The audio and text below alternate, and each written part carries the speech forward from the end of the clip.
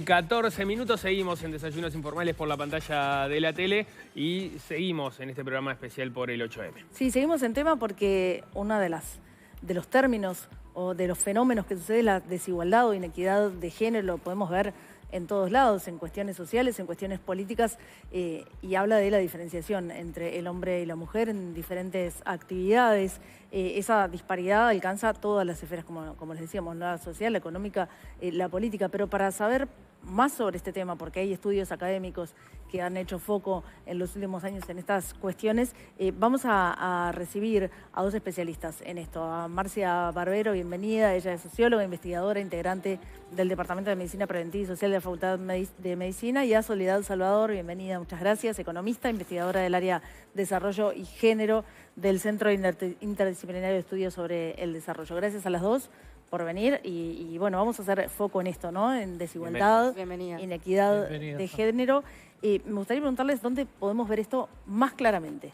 Cuando decimos inequidad o desigualdad de género, ¿qué es lo que nos rompe los ojos? Sí, yo diría que la base de la desigualdad, para decir por dónde hay que empezar, por más que los temas siempre de agenda primero van por la violencia, la base es la división sexual del trabajo, o sea, lo que designa o asigna, ¿sí?, qué roles deben cumplir hombres y mujeres en la sociedad, que por más que querramos cambiarlos, querramos modificarlos, culturalmente se va transmitiendo de generación en generación y se mantiene, ¿no? O sea, los gruesos de datos te muestran siempre que las mujeres realizan más del doble de las tareas, ¿sí?, el trabajo no remunerado, y a su vez en el trabajo remunerado tienen restricciones para ingresar al mercado laboral justamente porque se hacen cargo de ese trabajo no remunerado. Entonces, podríamos decir que esa distribución inicial de ese trabajo no remunerado es la base de toda la desigualdad, ¿no? El mercado laboral se construye en base a normas de funcionamiento, etcétera, dando por sentado, siempre hablamos del modelo de trabajador ideal como aquel sin responsabilidades familiares, o sea, da por sentado que quien ingresa al mercado laboral no tiene responsabilidades familiares, entonces cuando las tiene, desvaloriza también su dedicación, por decirlo, ¿no? Entonces las mujeres cuando tienen carga importante de hijos, etcétera, tienden a entrar en puestos de trabajo, ¿sí?, que se les paga menos, que a veces tienen precariedad laboral, no encuentran empleo dependiente, entonces son cuenta propia, son informales, son trabajadoras domésticas, ¿no? A veces encontramos, yo por ejemplo me he encontrado con mujeres trabajadoras domésticas que tienen capaz que nivel terciario, pero como quedaron solas, se separaron de su marido, quedaron a cargo de sus hijos, bueno, no tienen más remedio conseguirse un trabajo que les permita conciliar. Y eso de conciliar habla justamente de dos esferas que estaban en disputa, ¿no?, que han estado en disputa, que es el ámbito laboral y el ámbito de la familia. Entonces, lo primero que hay que transformar es esa. Por eso fue que se empujó, ¿no?, y se traía todo esto de que había que construir un sistema de cuidados con perspectiva de género, porque justamente un sistema de cuidados puede reproducir la desigualdad, si no tiene perspectiva de género, o transformarla, que es lo que queremos.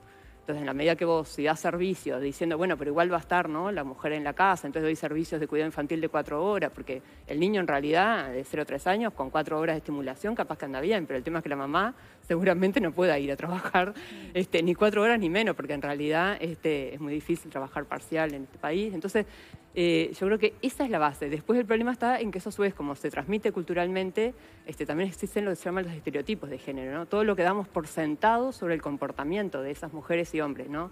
Entonces, yo me pasó en un estudio, me acuerdo ya después de la crisis del 2002, en el sector financiero, que nos pidieron ver cuáles eran las desigualdades de género, porque había una recomposición del sector y querían ver cómo hacer, ¿no?, más equitativo. Entonces, ahí Ebu estaba muy interesado en identificar las brechas que existían. Y te encontrabas con que las propias gerentes de recursos humanos del sector financiero, que eran mujeres, ya en el momento de seleccionar pensaban en esto, ¿no?, en que, bueno, una mujer probablemente no pueda ser gerenta porque no va a poder viajar, ¿no?, porque va a querer tener hijos. O sea, son toda una serie de supuestos, de suposiciones, de estereotipos construidos culturalmente sin preguntar. O a veces he encontrado aquellas que te dicen, bueno, pero está bien si se quieren quedar cuidando a los hijos o quieren irse, ¿no?, a las 5 de la tarde para recoger el hijo, está bien, pero ella no puede ser gerenta, y al hombre ni le pregunto. Asumo que va a querer quedarse hasta las 8 de la noche trabajando y no ir a buscar. Cosas que van cambiando, por suerte, pero que cuestan, y sobre todo cuestan también en el otro cuidado, que no es el más grato muchas veces, que es el cuidado de las personas en situación de dependencia, sobre todo adultos mayores y con ya, ¿no?, avanzados situaciones de Alzheimer, etcétera, que ahí la distribución es más difícil aún, porque hay menos estímulos para que se queden a cuidar, ¿no?, los varones sobre todo, ¿no? Porque en los niños, bueno, cuando uno mira las encuestas todo el tiempo, te da que participan no en las mismas tareas que las mujeres, pero participan un poco más. Ahora, cuando vas a los cuidados dependientes, ahí hay una ausencia casi que total. por decir. ¿Y cuánto ha logrado avanzar, bueno, la academia concretamente, en estudios sobre esta temática, ¿no? En equidad y desigualdad de género, para poder justamente después de esos estudios plantear en todo caso políticas sociales o cuestiones que ayuden a modificar esta realidad? Bueno, sí, se viene avanzando un montón. Estos temas están crecientemente en el debate público, en la agenda pública, pero también la academia ha contribuido de algún modo a colocarlo sobre la mesa y con investigaciones aportando a que esa discusión sea cada vez más fundamentada en evidencia. Y las evidencias siguen mostrando precisamente que en las distintas esferas, distintos campos, las mujeres seguimos ocupando menor cantidad de puestos de poder en comparación con nuestros pares varones. Y eso sucede en el campo del trabajo, en el mundo del trabajo, sucede en la política, basta ver la composición de los parlamentos y del Ejecutivo. En el campo empresarial, las mujeres que trabajan en las grandes empresas no llegan a ocupar el 10% de los cargos de alta gerencia, ¿no? Si acá tuviéramos 100 gerentes de grandes empresas de Uruguay, menos de 10 serían mujeres, para que nos hagamos como una idea. Pasa en la academia. De gerencias soft, ¿no? En los casos que llegan a las gerencias tampoco son cualquier Claro, y están, ahí está, fundamentalmente en gerencias que se llaman soft o blandas, recursos humanos, capital humano, marketing. En la academia pasa lo mismo también, ¿no? En la vida académica las mujeres ocupamos los grados más bajos dentro de la estructura en la UDELAR. Se están haciendo múltiples estudios en diferentes facultades que están dando cuenta justamente de esta problemática también a nivel de lo que sucede en la universidad. En el mundo de la ciencia pasa lo mismo. O cuando tenemos que salir a comunicar, por ejemplo, como pasó en pandemia, las caras visibles de la ciencia no eran caras de mujeres. No quiere decir que no las haya, pero el varón sigue ocupando lugares de visibilidad pública mucho más en comparación con las mujeres. Se me ocurre que hay algunos pilares que deberían de dialogar unos con otros para poder cambiar este paradigma, que en primero es contar con instituciones que de alguna manera asuman tareas que le tocan asumir por defecto a las mujeres, también que los hombres de alguna manera acepten que para cambiar esta estructura, para modificarla, necesariamente van a tener que perder privilegios porque los lugares van a tener que ser ocupados por mujeres y no por ellos, que es lo que pasa siempre. Y también colaborar, no solo de la institución, como decíamos recién, sino que también los hombres asuman que tienen que colaborar con las lógicas familiares y domésticas, como no se está sosteniendo, y también el acceso a la educación. Hay algún, para profesionalizarse, ¿no? Y poder competir con mayores garantías. ¿Hay algún pilar más o qué tan lejos está el Uruguay de consolidar este nuevo esquema? No, ahí yo solo quería decir, claro, ahí creo que el pilar que está faltando es justamente todo lo que tiene que ver con el desarrollo de un sistema de cuidados y un avance en la negociación colectiva que acompañe, ¿no?, a ese desarrollo. Nosotros analizamos justamente ahí en el 2020, que se está terminando una ronda de negociación colectiva, se había terminado la ronda del 2019, la séptima ronda, donde el PIT-CNT, que también son las cosas, ¿no?, como los efectos colaterales que tiene mover este tema, ¿no? El PIT-CNT antes no pensaba en cuidados, ¿no? Y cuando las mujeres querían acceder, capaz que algún dirigente decía, ay, no, tendrían que haber más mujeres, pero no se preguntaban el qué hace que no lleguen, ¿no? Lo que hablaban recién antes, ¿no? Esto de que las mujeres que llegan a la política son algunas con ciertas características, bueno, lo mismo.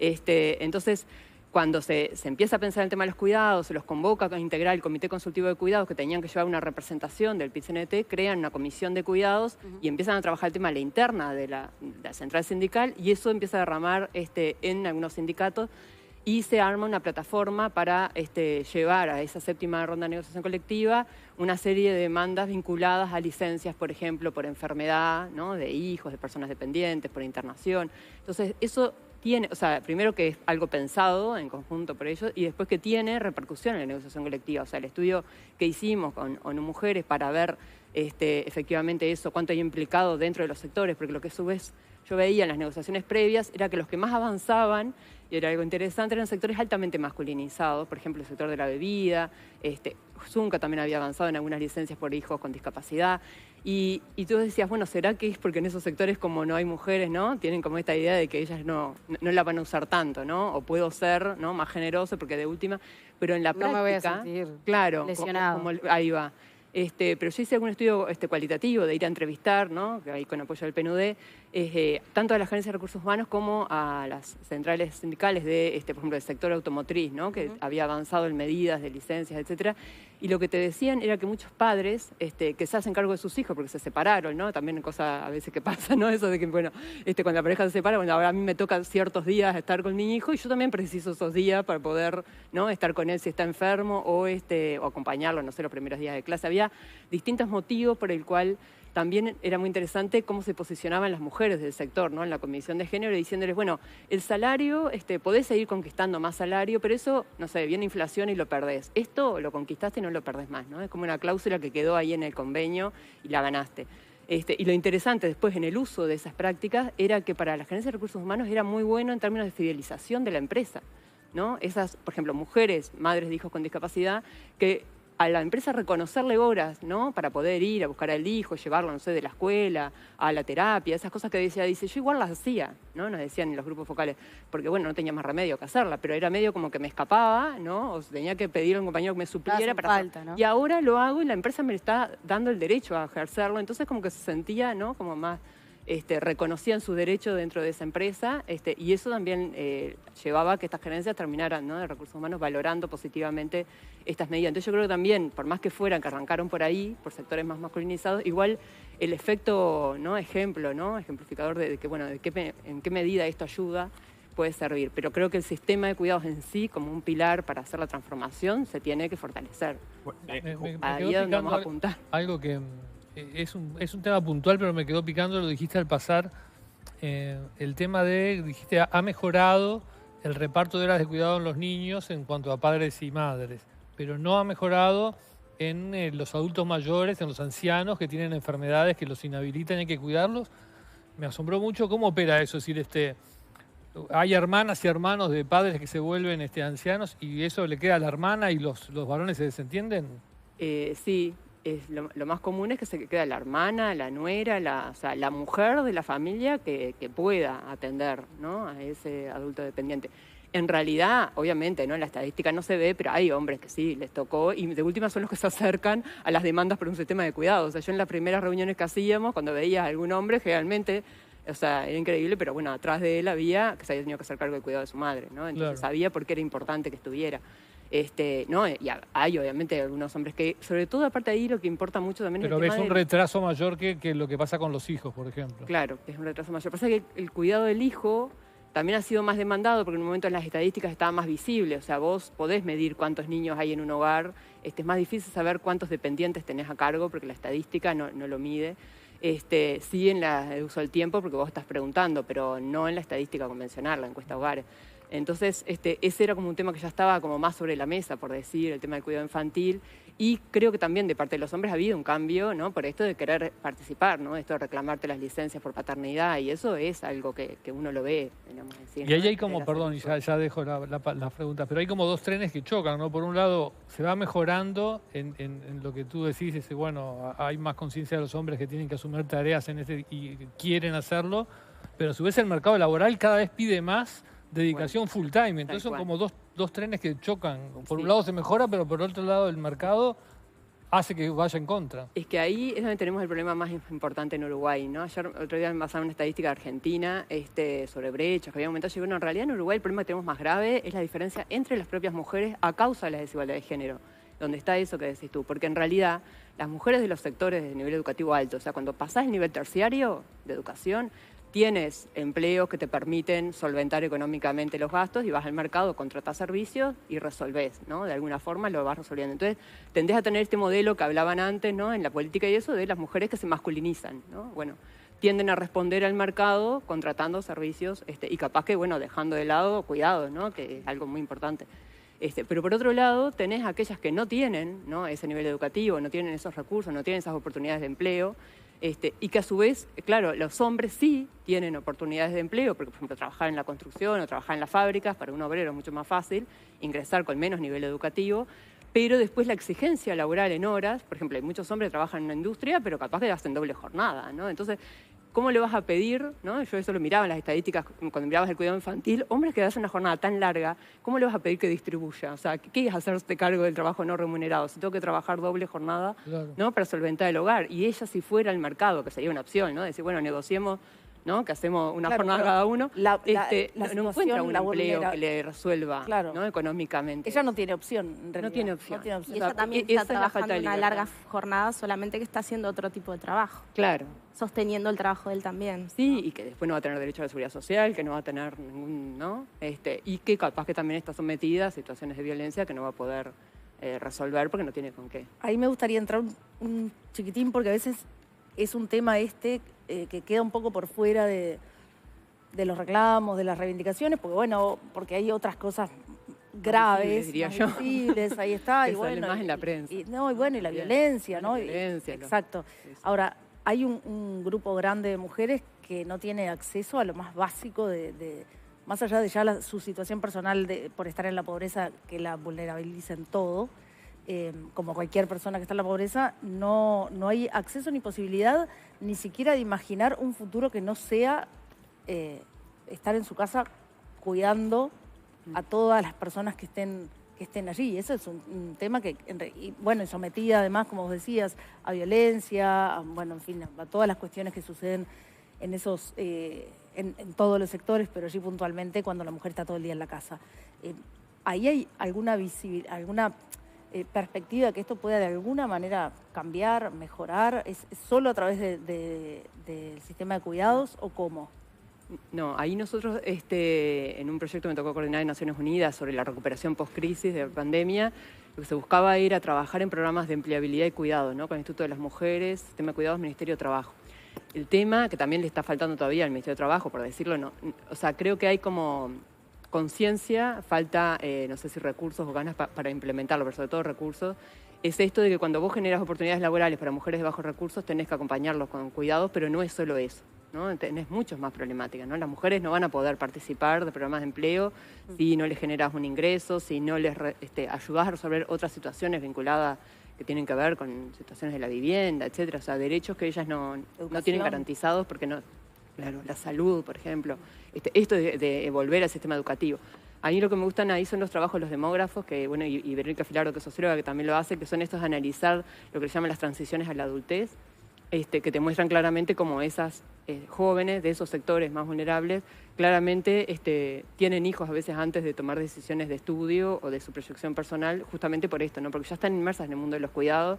Entonces te dicen en entrevistas que se han hecho algunas sociólogas como Soles Cadino y algunas otras, dicen, bueno, efectivamente ellas lo que dicen es que decidieron ser madres, ¿no?, y llegaron a su primer embarazo porque igual cuidaban a sus hermanitos y igual tenían dificultades para estudiar, ¿no? Entonces ya el hecho de sacarlas, para mí ahí lo fuerte tiene que estar en que se mantengan en el sistema educativo y darles oportunidades, o sea, imaginarse, proyectarse el futuro en un mercado laboral, ¿no?, que les valore, no solo que sirven para limpiar y para, ¿no?, eso y ahí lo que yo creo que podía ser una oportunidad en Uruguay es toda la industria del software, porque hay un sector vinculado como al testing y eso, que nosotros queríamos en un momento conectarlas, pero nos decían, pasa que para que puedan ir al testing por lo menos tienen que tener la primaria completa y casi que el ciclo básico, ¿no? Hay como ciertos requisitos, ¿no?, educativos que a veces son como frenos para estas mujeres para poder seguir avanzando, pero no es que no quieran, ¿no? Porque después que nosotros, por ejemplo, en este caso, de las mujeres que participaban del programa, que eran mujeres del interior, muchas se reinsertaron en el sistema educativo. Pasa que es difícil si no tienen resuelto esto de los cuidados. Generalmente las que lo hicieron son porque ya tienen los hijos más grandes, o sea, la que lo tiene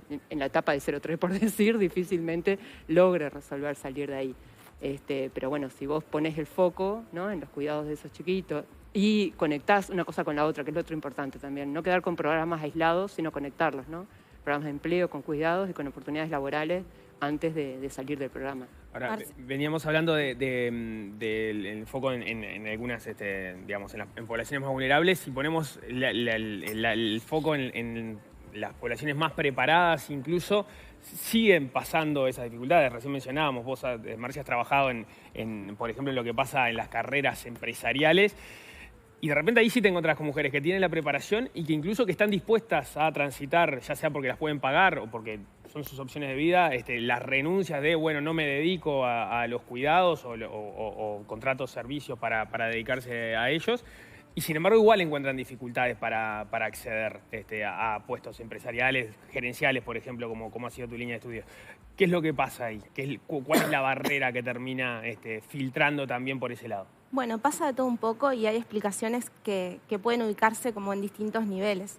Algunas explicaciones tienen que ver más con cuestiones macro, con cuestiones que tienen que ver con la estructura social, con el sistema de género, con la división sexual del trabajo, ¿no? Esto que probablemente lo estudie muy bien la compañera, la segregación vertical y horizontal en el mercado de trabajo. También hay cuestiones que suceden a nivel de las organizaciones, el famoso techo de cristal o metáforas similares que se utilizan para plantear la existencia de barreras en el acceso de las mujeres a puestos de jerarquía en las empresas, que son barreras sutiles e invisibles. ¿Qué es lo que sucede con esa explicación? Que a veces creo yo que queda un poco corta de vista, en el sentido de que lo que sucede al interior de las organizaciones, de los espacios de trabajo, no es ajeno a lo que sucede a nivel social y de alguna manera muchas veces se reproducen lógicas o lugares esperados para varones y mujeres. Las organizaciones también construyen lo masculino y lo femenino, ¿no? Y también hay algunas otras explicaciones que tienen más que ver con cosas que suceden a nivel micro, a nivel individual, ¿no? Y muchas veces también pasa por cómo nos afecta a las mujeres esto de la maternidad, esto de la vida familiar. Y en alguna literatura, en algunas aproximaciones, esto, incluso desde el punto de vista de las propias mujeres, esto muchas veces es colocado como una cuestión de elección personal. Bueno, hay mujeres que eligen por voluntad propia dedicarse a la familia, dedicarse a la maternidad, al cuidado, y no seguir una trayectoria, aunque a priori pareciera tratarse de trayectorias que podrían eventualmente ser exitosas. Esa cuestión también de la decisión individual podríamos cuestionarla, porque esas decisiones individuales están absolutamente condicionadas por lo que se espera de nosotros, varones y mujeres, en la sociedad, ¿no? Se espera que, naturalmente, decía por allí, por defecto la mujer se encarga del cuidado de los niños, ¿no? Bueno, eso hay que romperlo, hay que romper con esa idea de que es natural que la mujer se encargue del cuidado, que la mujer se encargue de la familia, de la vida doméstica. Pero la mujer que elige libremente cuidar para resignar su trayectoria laboral, no sé si estoy entendiendo bien, estás como queriendo decir que no sería una decisión plenamente libre.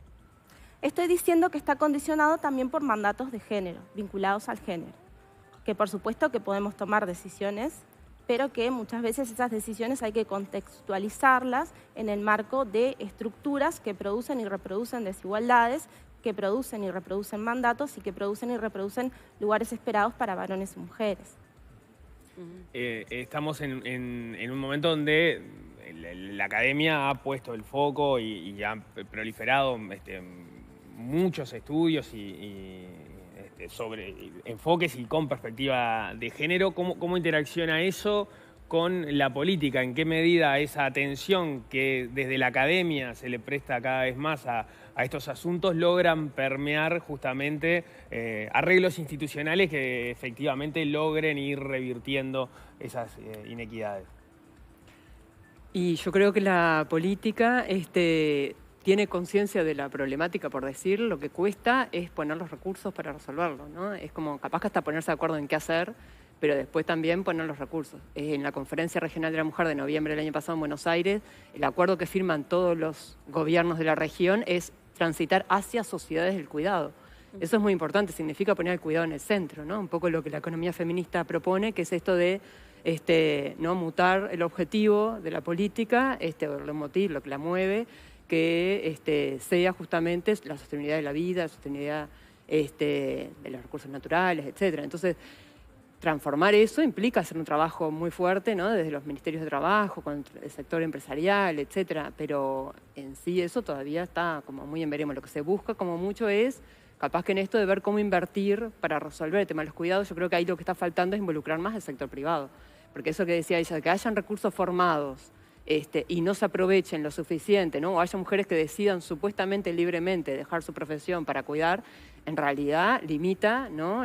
lo que la economía siempre propone, que es esto de que los recursos se aprovechen, ¿no? De la mejor forma, ¿no? Como tener la mayor productividad posible de los recursos invertidos. O sea, vos tenés una universidad pública, tenés escuela pública, liceos públicos, o sea, tenés mucha gente formada con muy buen nivel de base, las mujeres tienen niveles educativos en promedios, las que entran al mercado laboral, pero en conjunto de la población mayor que los hombres, y después tenés brechas, ¿no? Salarial, brechas de horas, quiere decir que esas mujeres no están desarrollando su potencial, y eso es ineficiente.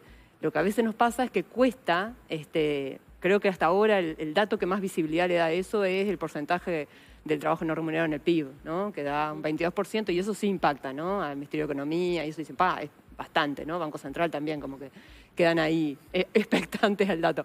Pero en realidad hay que accionar después, ¿no? Es lo que decís tú, ir, ¿no? a la política y bueno, y claramente hacer conciencia, o sea, transformar ese chip de que en realidad yo solo desarrollo, ¿no? Economía, al capital o al sector privado, dándole incentivos de exoneración impositivas, etcétera. También el sector privado está afín a potenciar mejor los recursos humanos con lo que cuenta. Entonces, uno debería también tenerlo como un socio, ¿no? No como, porque hasta ahora creo que siempre la discusión sobre cuidados ha tenido como una cuestión de precio, ¿no? Como un signo de peso, de que es caro, y entonces ni siquiera se entabla una conversación con el sector privado para decir, bueno, pero a ver, ¿en qué podemos, ¿no? Conjuntamente, sector público y privado, tener capaz de exoneración, pero vos colaborás, ¿no? En resolver cuidado. A mí me acuerdo que entiendo es que hay recursos humanos calificados en tareas diversas de la sociedad que se están perdiendo por dedicarse a los cuidados porque no está organizado el sistema de cuidados. ¿Cuál es el rédito económico de tener saldada toda la logística del cuidado y cuánto aumentaría la productividad de la mujer en ese sentido, ¿no? Ahí va, y de la economía también, de la economía, ¿no? Y la por sociedad, porque vos si tenés mejores recursos humanos que mueven más, o sea, es lo que siempre se dice, ¿no? Si vos, en vez de tener más desigualdad, tendés más a la equidad, en realidad vas a tener más consumidores, ¿no? Hasta sería redituable para el propio sistema. Claro. Lo único que a veces falta como ese salto, como esa conexión. Y yo creo que hay sector privado de acuerdo, pero me parece que también ahí está que lo visibilicen bien, ¿no? No, yo pongo un ejemplo, pero después si querés. No, ¿querías agregar algo? Sí, que además de todos estos aspectos que son centrales y fundamentales y que sin políticas es imposible lograr cambios y sin instituciones que estén por detrás, que estén sosteniendo estos cambios también, también hay una multiplicidad de aspectos que tienen que ver con estos temas que se juegan en escalas también más micro, más a nivel familiar, a nivel de la vida cotidiana, de cómo nos organizamos la vida cotidiana y de las negociaciones que establecemos al interior de las familias. Y las familias son espacios desiguales, son espacios donde hay asimetrías de poder y donde entonces hay que negociar. Y muchas veces sucede eso, de que incluso en familias donde hay un varón y una mujer, los dos tienen buenos trabajos, en empresas importantes, que es lo que yo vengo estudiando. Cuando hay hijos, la responsabilidad del cuidado, aunque se tercerice, ¿no? Aunque se pueda comprar cuidado en el mercado, se pueda comprar trabajo doméstico, toda la carga mental del trabajo doméstico y del trabajo de cuidados recae todavía en las mujeres, ¿no? Las mujeres siguen siendo las encargadas de contratar a la niñera, contratar a la persona que le hace la limpieza, dejarle todo, si se va de viaje le tiene que dejar todo pronto al varón, lo sigue haciendo, ¿no? Entonces hay toda una serie de cuestiones que siguen jugándose también a ese nivel, que por supuesto que sin instituciones y sin políticas esos cambios van a ser muy, muy complejos, pero ese otro aspecto también tiene que estar presente, de que es una lucha cotidiana. Todos los días. Marcia Barbero, Soledad Salvador, muchísimas gracias. Gracias a ustedes. Ahora cuando son las 9:43 abrimos la ventana para ver cómo sigue el